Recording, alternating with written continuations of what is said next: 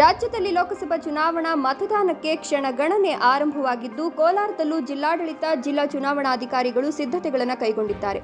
ಅದರಂತೆ ನಾಳೆ ಮುಕ್ತ ಹಾಗೂ ಪಾರದರ್ಶಕ ಮತದಾನಕ್ಕೆ ಬೇಕಾದ ಎಲ್ಲ ಅಗತ್ಯ ಸಿದ್ಧತೆಗಳನ್ನು ಮಾಡಿಕೊಳ್ಳಲಾಗಿದೆ ಅಂತ ಕೋಲಾರ ಜಿಲ್ಲಾಧಿಕಾರಿ ಅಕ್ರಮ್ ಪಾಷಾ ತಿಳಿಸಿದರು. ಕೋಲಾರದ ತಮ್ಮ ಕಚೇರಿಯಲ್ಲಿ ಸುದ್ದಿಗಾರರೊಂದಿಗೆ ಮಾತನಾಡಿದ ಅವರು, ಈಗಾಗಲೇ ಶಾಂತಿಯುತ ಮತದಾನಕ್ಕೆ 144 ಸೆಕ್ಷನ್ ಜಾರಿ ಮಾಡಲಾಗಿದೆ. ಮದ್ಯ ಮಾರಾಟ ನಿಷೇಧ ಮಾಡುವ ಮೂಲಕ ಸಂತೆ, ಜಾತ್ರೆ, ಉತ್ಸವ ಹಾಗೂ ಲೌಡ್ ಸ್ಪೀಕರ್ಗಳನ್ನು ನಿಷೇಧ ಮಾಡಲಾಗಿದೆ. ಚುನಾವಣಾ ಅಕ್ರಮಗಳನ್ನು ತಡೆಯುವ ನಿಟ್ಟಿನಲ್ಲಿ ಹಲವು ಸ್ಕ್ವಾಡ್ಗಳು ಹಾಗೂ ಸಿ ವಿಜಿಲ್ ಆ್ಯಪ್ನಲ್ಲಿ ದೂರು ಸಲ್ಲಿಸಬಹುದಾಗಿದೆ. ಇನ್ನು ಮಹಿಳಾ ಮತದಾರರನ್ನ ಸೆಳೆಯುವ ನಿಟ್ಟಿನಲ್ಲಿ ಪಿಂಕ್ ಬೂತ್, ಅಂಗವಿಕಲರ ವಿಶೇಷ ಬೂತ್, ಸಾಂಸ್ಕೃತಿಕ ಮತಗಟ್ಟೆ ಮಾಡುವ ಮೂಲಕ ಮತದಾರರನ್ನ ಸೆಳೆಯಲು ಚುನಾವಣಾಧಿಕಾರಿಗಳು ತಯಾರಿ ಮಾಡಿಕೊಂಡಿದ್ದಾರೆ. ಇನ್ನು ಮತಗಟ್ಟೆ ಒಳಗೆ ಮೊಬೈಲ್ ಫೋನ್ ನಿಷೇಧ ಮಾಡಿದ್ದು, ಫೋಟೋ, ವಿಡಿಯೋ ಸೆಲ್ಫಿಗೆ ಸಂಪೂರ್ಣ ನಿಷೇಧ ಹೇರಲಾಗಿದೆ. ಇನ್ನು ಮತದಾನ ಮಾಡದೆ ಪ್ರವಾಸಿ ತಾಣಗಳು, ಮದುವೆ ಸಮಾರಂಭಗಳು, ಜಾತ್ರೆ ಮಹೋತ್ಸವಗಳಲ್ಲಿ ಭಾಗವಹಿಸುವವರು ಮೊದಲು ಮತದಾನ ಮಾಡಿ ನಂತರ ಪ್ರವಾಸಕ್ಕೆ ಬಂಧುಗಳ ಮನೆಗೆ ತೆರಳಲು ವಿನಾಯಿತಿ ನೀಡಲಾಗಿದೆ. ಆದರೆ ಯಾವುದೇ ನಿರ್ಬಂಧ, ನಿಷೇಧ ಹೇರಿಲ್ಲ. ಬದಲಾಗಿ ಜನರ ಮನವೊಲಿಸೋದಾಗಿ ಅವರು ಹೇಳಿದ್ರು. ಕೋಲಾರದಲ್ಲಿ ಇದುವರೆಗೂ ಚುನಾವಣಾಧಿಕಾರಿಗಳು ಜಪ್ತಿ ಮಾಡಿರುವ ನಗದು 40,08,890, ಮದ್ಯ 79,918.495 ಲೀಟರ್, ಗಾಂಜಾ 16.62 kg, ಬಂಗಾರ 57.6 ಗ್ರಾಂ. ಇನ್ನು ಉಡುಗೊರೆಗಳು 30,13,260ರಷ್ಟು ನೀತಿ ಸಂಹಿತೆ ಉಲ್ಲಂಘನೆ ಪ್ರಕರಣಗಳು ದಾಖಲಾಗಿದೆ. ಇನ್ನು ಕೋಲಾರ ಲೋಕಸಭಾ ಕ್ಷೇತ್ರದ ವ್ಯಾಪ್ತಿಯಲ್ಲಿ ಒಟ್ಟು ಜನಸಂಖ್ಯೆ 23,47,604 ಇದ್ದು, ಇದರಲ್ಲಿ ಮತದಾರರ ಸಂಖ್ಯೆ 17,26,914, ಪುರುಷ ಮತದಾರರು 8,53,829, ಮಹಿಳಾ ಮತದಾರರು 8,72,874, ಹೊಸ ಮತದಾರರ ಸೇರ್ಪಡೆ 98,132 ಹಾಗೂ ಇತರೆ ಮತದಾರರು 1,023 ಎಂದು ಮತದಾರರ ಪಟ್ಟಿಯನ್ನು ಗುರುತಿಸಲಾಗಿದೆ. ಇನ್ನು ದಿವ್ಯಾಂಗ ಮತದಾರರು 21,481, ಯುವ ಮತದಾರರು ಬಂದು 49,195 ಹಾಗೂ ಹಿರಿಯ ನಾಗರಿಕರು ಮತ್ತು 85 ವರ್ಷ ಮೇಲ್ಪಟ್ಟವರು 16,939 ಮತದಾರರಿದ್ದಾರೆ. ಮತಗಟ್ಟೆ ವಿವರಗಳನ್ನು ನೋಡೋದಾದರೆ, ಒಟ್ಟು ಮತಗಟ್ಟೆ ಸಂಖ್ಯೆ 2,060, ಸೂಕ್ಷ್ಮ ಮತಗಟ್ಟೆ ಸಂಖ್ಯೆ 441, ಅತಿ ಸೂಕ್ಷ್ಮ ಮತಗಟ್ಟೆಗಳು 61, ಮಹಿಳಾ ಅಥವಾ ಸಖಿ ಮತಗಟ್ಟೆಗಳು 30, ಯುವ ಮತಗಟ್ಟೆಗಳು 8, ದಿವ್ಯಾಂಗ ಮತಗಟ್ಟೆಗಳು 8, ಸಖಿ ಮತಗಟ್ಟೆಗಳು 40. ಇನ್ನು ಚುನಾವಣಾ ಸಿಬ್ಬಂದಿ ವಿವರ 12,740, ಕಂದಾಯ ಇಲಾಖೆಯ ಚುನಾವಣಾ ಸಿಬ್ಬಂದಿ 10,062 ಹಾಗೂ ಪೊಲೀಸ್ ಸಿಬ್ಬಂದಿ 2,628 ಇದ್ದು, ಮತದಾನಕ್ಕೆ ಕೋಲಾರ ಜಿಲ್ಲಾಡಳಿತ ಸಜ್ಜಾಗಿದೆ. 40 ಲಕ್ಷ ಕ್ಯಾಶ್ ಅನ್ನು ಸೀಸ್ ಮಾಡಿದ್ದೇವೆ. ಹಾಗೆ ಈ ಒಂದು ಲಿಕ್ಕರನ್ನು ಸಹ ನಾವು 337.76 ಲೀಟರ್ ಲಿಕ್ಕರನ್ನು ಸಹ ಸೀಸ್ ಮಾಡಿದ್ದೇವೆ. ಹಾಗೆ ಡ್ರಗ್ಸ್ 16.62 kgಯಷ್ಟು ಡ್ರಗ್ಸನ್ನು, ಗಾಂಜಾ ಇರೋದನ್ನು ನಾವು ಸಹ ಸೀಸ್ ಮಾಡಿದ್ದೇವೆ. ಹಾಗೆ ಕೆಲವು ಮೆಟಲ್ಸ್, ಗೋಲ್ಡನ್ನು ಸೀಸ್ ಮಾಡಿರುವಂಥದ್ದನ್ನು ಕಾಣಲು 57 ಗ್ರಾಮ್ ಗೋಲ್ಡನ್ನು ನಾವು ಸೀಸ್ ಮಾಡಿದ್ದೇವೆ. ಹಾಗೆ ಕೆಲವು ಫ್ರೀ ಪೀಸ್ ಕುಕ್ಕರು ಮತ್ತು ಸ್ಯಾರೀಸ್ ಇದನ್ನು ಸಹ ಸೀಸ್ ಮಾಡಿದ್ದೇವೆ. ಸೊ ಓವರಲ್ ಆಗಿ ನಮ್ಮ FST, SST ಸ್ಕೀಮ್ಗಳು ತುಂಬ ಅವಿರತವಾಗಿ ರೌಂಡ್ ದಿ ಕ್ಲಾಕ್ 24/7 ಏನು ನಮ್ಮ ಚೆಕ್ ಪೋಸ್ಟ್ಗಳಿರ್ಬೋದು, ಲೈನ್ ಸ್ಕ್ವಾಡ್ ಇರ್ಬೋದು, ಇವರು ಅವಿರತವಾಗಿ ದುಡಿದು ಯಾವುದೇ ರೀತಿಯಾದಂಥ ಒಂದು ಚುನಾವಣಾ ಅಕ್ರಮಗಳನ್ನು ನಡೆಯದಂತೆ ತಡೆಯೋದರಲ್ಲಿ ಯಶಸ್ವಿಯಾಗಿದ್ದಾರೆ. ಸೊ ಇವತ್ತು ಮತ್ತು ನಾಳೆ ಸಹ ಈಗ ಸೈಲೆಂಟ್ ಪೀರಿಯಡ್ ಇರೋದರಿಂದ ನಮ್ಮ ಫ್ಲೈಯಿಂಗ್ ಸ್ಕ್ವಾಡನ್ನು ಆ್ಯಕ್ಟಿವೇಟ್ ಮಾಡಿದ್ದೇವೆ. ಅದೇ ರೀತಿ ನಮ್ಮ SSTಯನ್ನು ಸಹ ಆ್ಯಕ್ಟಿವೇಟ್ ಮಾಡಿದ್ವಿ. ಇವರು ನಿರಂತರವಾಗಿ ಇದ್ರ ಮೇಲೆ ನಿಗಾ ಇಡ್ತಾರೆ. ಈಗಾಗಲೇ ನಮ್ಮಲ್ಲಿ ಏನು ಸ್ಪೆಷಲ್ ಕ್ಯಾಂಪೇನ್ ಆಯಿತು. ಮತದಾನವನ್ನು ಈಗಾಗಲೇ ಕೆಲವು ಕಡೆ ನಾವು ಕೆಲವು ಕ್ಯಾಟಗರಿಗಳಿಗೆ ಮಾಡಿದ್ದೀವಿ, ನೀವು ನೋಡಿರ್ಬೋದು. ಹೋಮ್ ವೋಟಿಂಗ್ ಕಾನ್ಸೆಪ್ಟನ್ನು ಈ ಸರಿ ನಾವು ತುಂಬ ಯಶಸ್ವಿಯಾಗಿ ಮಾಡಿದ್ದೀವಿ. ನಮ್ಮ ಬ್ಯಾಂಗ್ಳೂರು ಏನು ಈಗ ಚುನಾವಣೆ ನಡೀತಾ ಇದೆ, 14 ಕಾನ್ಸ್ಟಿಟ್ಯೂನ್ಸಿಗಳಲ್ಲಿ ಯಶಸ್ವಿಯಾಗಿ ಹೈಯೆಸ್ಟ್ ವೋಟಿಂಗನ್ನು ನಮ್ಮ ಕೋಲಾರ ಜಿಲ್ಲೆಯಲ್ಲಿ ಮಾಡಿಸಿದ್ದೇವೆ. 85+ ಏನು 85 ವರ್ಷಕ್ಕಿಂತ ಮೇಲ್ಪಟ್ಟ ಮತದಾರರಿಗೆ ನಾವು ವೋಟನ್ನು ಹಾಕಿಸುವುದರಲ್ಲಿ ಯಶಸ್ವಿಯಾಗಿದ್ದೇವೆ.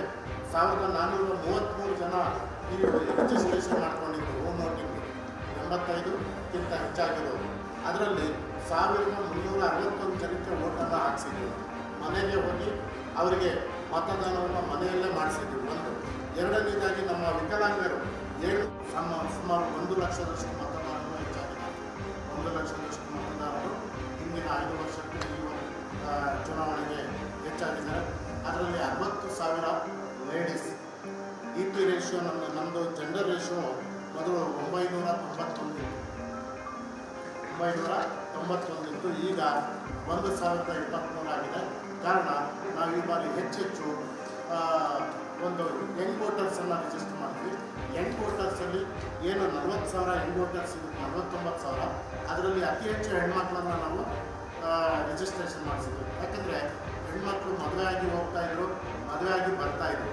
ಸೊ ಇಂಥ ಒಂದು ವ್ಯತ್ಯಾಸಗಳಾಗ್ತಾಯಿತ್ತು. ಆದ್ದರಿಂದ ನಾವು ಈ ಒಂದು ಜೆಂಡರ್ ರೇಷಿಯೋನ ಇಂಪ್ರೂವ್ ಮಾಡಿದ್ವಿ.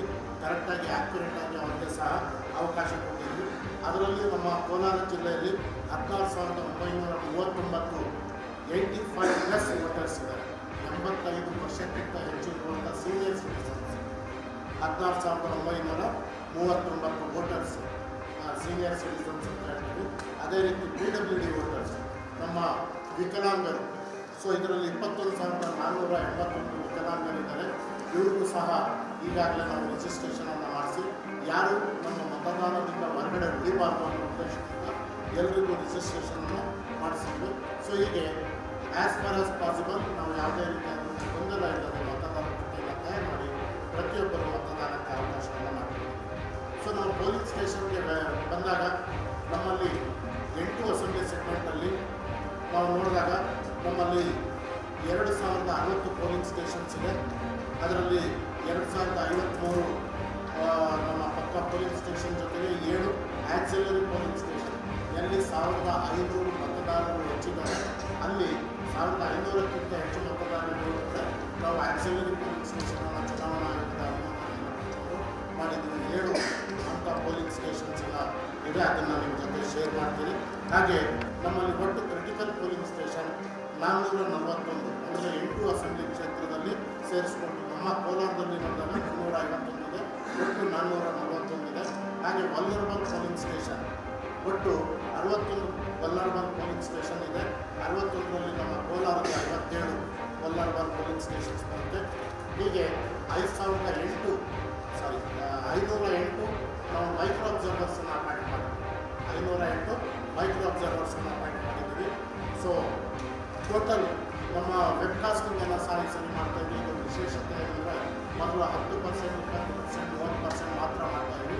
ಈ ಸಾರಿ 63% ಮತದಾನ ಕೇಂದ್ರಗಳಲ್ಲಿ ನಾವು ಈ ಒಂದು ವೆಬ್ಕಾಸ್ಟಿಂಗನ್ನು ಮಾಡ್ತಾಯಿದ್ದೀವಿ.